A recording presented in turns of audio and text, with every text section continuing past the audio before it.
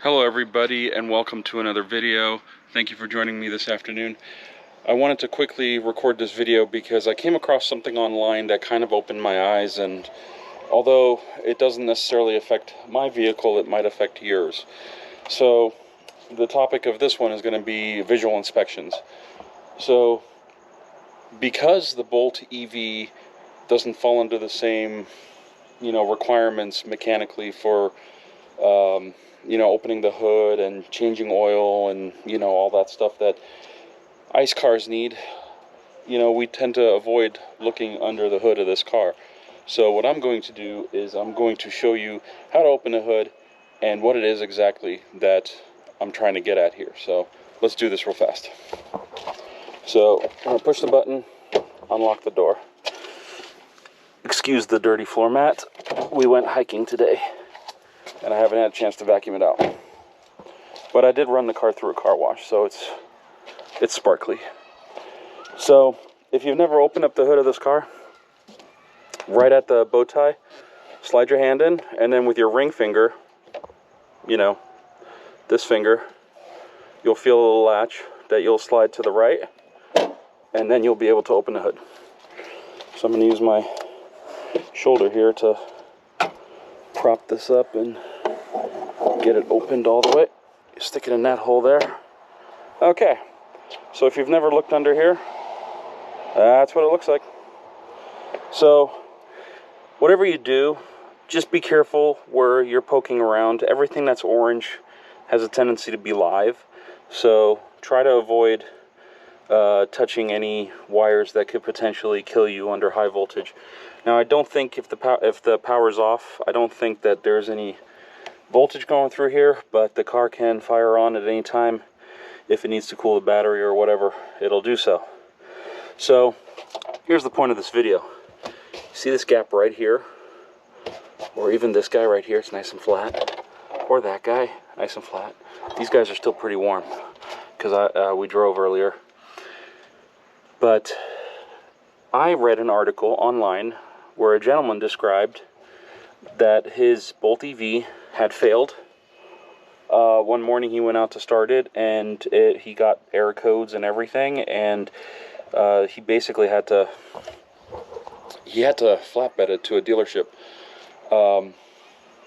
So I kept reading through the article, and it basically, towards the end, he openly admitted that he never opened the hood of the car, and he lives in a foresty type area where there's lots of trees, lots of wildlife and whatnot, and he ended up having a massive nest right there, right in here. So the moral of this video is that as EV owners, we may not be partial to opening the hoods of our cars unless we're curious, but that could essentially be an invitation for a rodent to come in here and build a nest. So what I would recommend doing is, at least maybe monthly, open the hood and look around to see if you see any debris or twigs or leaves that are chewed up or crushed up, because that could be a sign that you have a rodent living in here, and you definitely do not want a rodent living in here. There's absolutely nothing in here that'll be good for a rodent. So actually, for anything, for all that goes. And honestly, you need to be careful in here too, because if there's anything live in here, it can hurt you. In fact, every component here is branded, high voltage. And it tells you right here in many languages. It tells you to keep your hands out and stuff like that. There's another label right there. So, that's about it. The only other thing I can think of is maybe check the levels of your fluids. This car had its 7,500 mile service that was done at 10,000 miles, so it's pretty good. They looked over it. In fact, it was free. The first service is free from GM. So that's about it. I don't have any further updates on the recall, more so than what I've already provided, but this week's another week. I know GM's ramping it up, and they're going to start in October, getting dealerships ready for the replacements. I don't have any details on that. I reached out to my dealership and they told me to wait, so I'm gonna wait. I'm gonna give them, what, 10 days or so, and then we'll see what happens after that.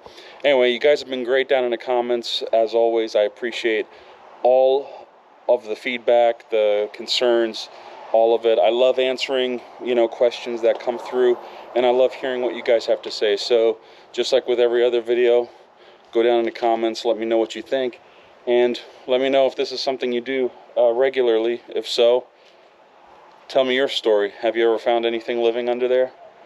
Because I can see how that could be a problem.